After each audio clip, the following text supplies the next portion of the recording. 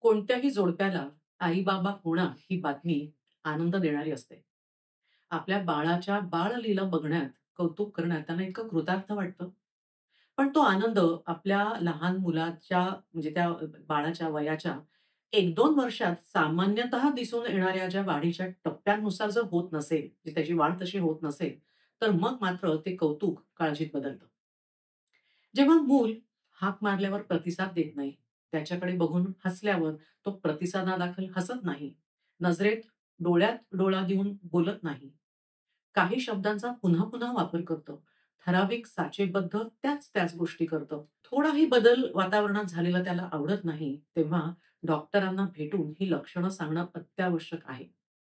साधारण वयाच्या 6व्या महिन्यापासून दिसणारी ही लक्षणं म्हणजे कदाचित ऑटिझम असू शकतो.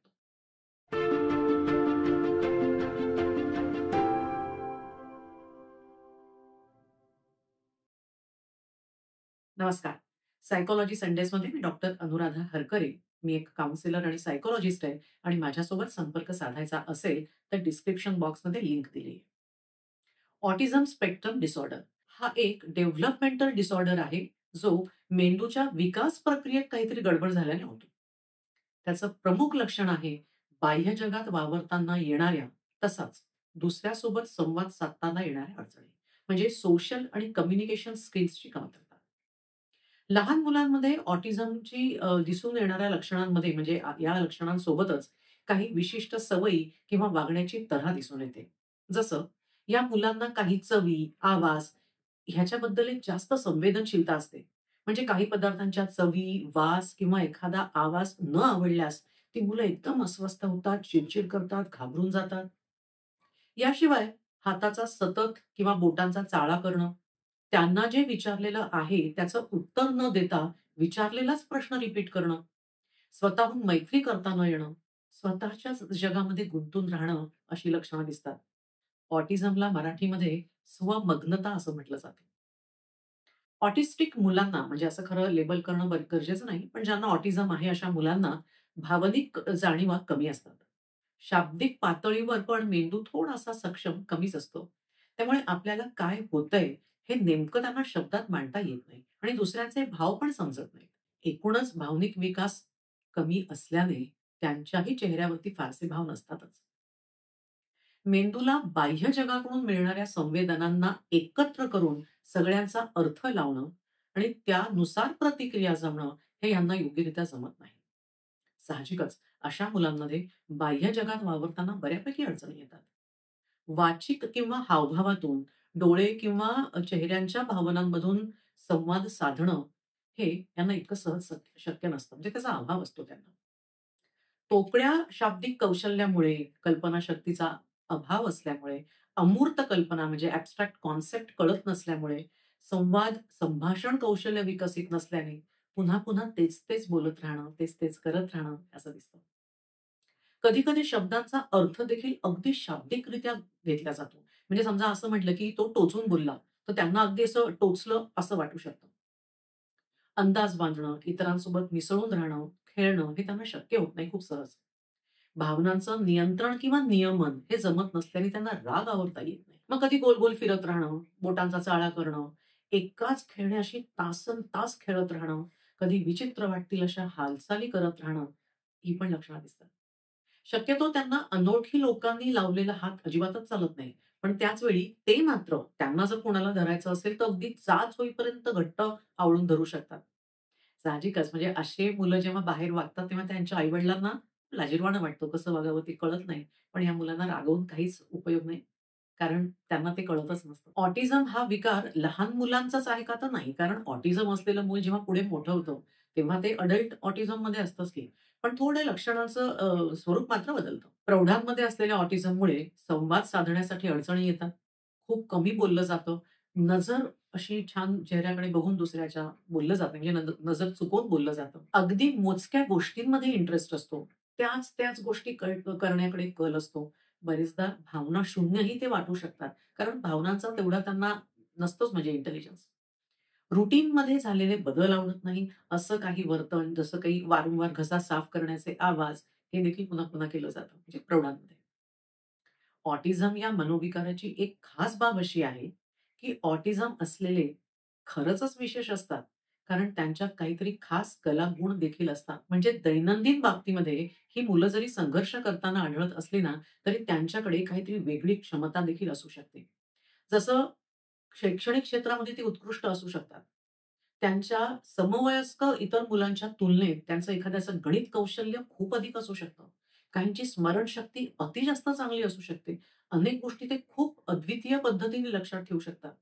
अशी अद्वितीय कौशल्य असणाऱ्यांना ऑटिस्टिक सावंत असं म्हटलं जातं. 1988 साली एक इंग्लिश सिनेमा आला होता डस्टिन हॉफमन आणि टॉम क्रूज यांचा रेडमन नावाचा. तो सिनेमा अशाच ऑटिस्टिक सावंतवर आधारित आहे. पण अर्थातच घरात ऑटिस्टिक किंवा असं स्वमग्न मूल असल्याने सगळ्या कुटुंबावर त्याचा परिणाम होतो.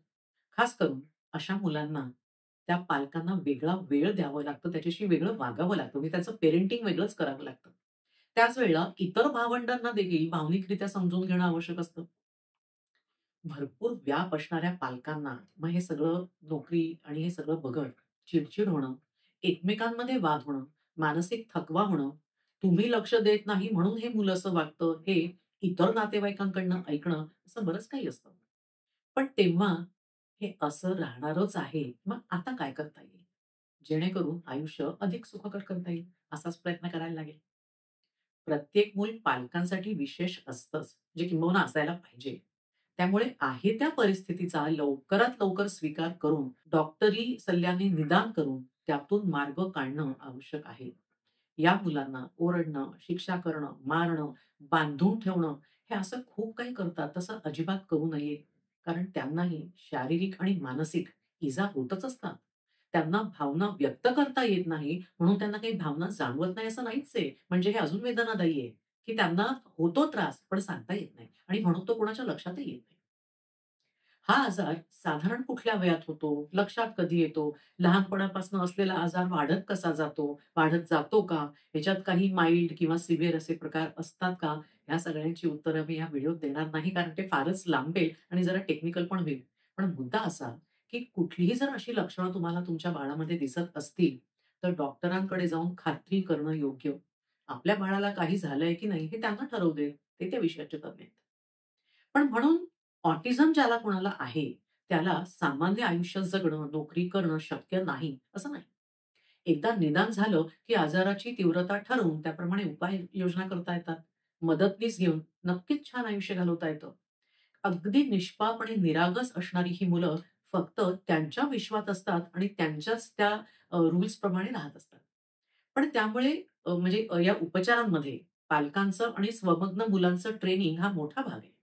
या मुलांना सामाजिक स्तरावर वर्तनाचं खास शिक्षण देऊन शब्द, उच्चार, वाचा ह्याच्यावर स्पीच थेरपिस्ट, स्पेशल एज्युकेटर्स यांच्या मदतीने प्रशिक्षण घेऊन लवकरात लवकर व्होकेशनल काही ट्रेनिंगची जोड देऊन जितक्या लवकर त्यांचं वर्तन अधिकाधिक सर्वसामान्य होण्यात आपण जर सुरुवात केली, तर ती मुलं स्वावलंबी होण्यात लवकर सुरुवात होते. यामधून एक लक्षात आलं असेल, की ऑटिझम असलेल्या मुलांच्या आयुष्यामध्ये त्यांच्या पालकांची भूमिका सगळ्यात मोठी आहे. साधारण वयाच्या 5व्या महिन्यापासून बाळ हालचाली कसं करतं, चेहऱ्यावर भाव कसे आहेत, प्रतिसाद कसं देतं, पाहुणे आल्यावर अनोळखी वातावरणात कसं वागतं, बदल सहन होतात का, त्याला जवळ घेतल्यावर त्याचे लाड करताना त्याची प्रतिक्रिया कशी असते, काही प्रकाश, आवाज, वास, चवी ह्याच्यातले बदल किंवा नवे कपडे, नवे खेळ आल्यावर त्याचं वागणं कसं असतं, त्याच्या विकासाचे टप्पे कसे आहेत, ह्या सगळ्यांकडे लक्ष देणं गरजेचं आहे. कारण शारीरिकदृष्ट्या काहीच वैगुण्य नाही. पण बोलणं कमी, एकटंच राहणं, शून्यात नजर लावून बसणं, चिड करणं, उगीचच रडणं, एकाच पद्धतीने सारखं तेच वर्तन करणं, म्हटलेला शब्द किंवा वाक्य पुन्हा तोच उच्चारणं, रिपीट करणं, अशी लक्षणं जर दिसली, तर बाळ मूडी आहे, हट्टी आहे, असं समजून त्याच्याकडे दुर्लक्ष करू नका.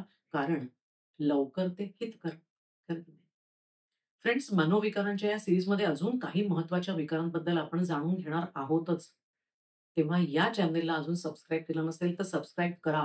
जुने सगळे आधीचे व्हिडिओ बघा. नुसतं सबस्क्राईब करू नका, तर व्हिडिओ पण बघा.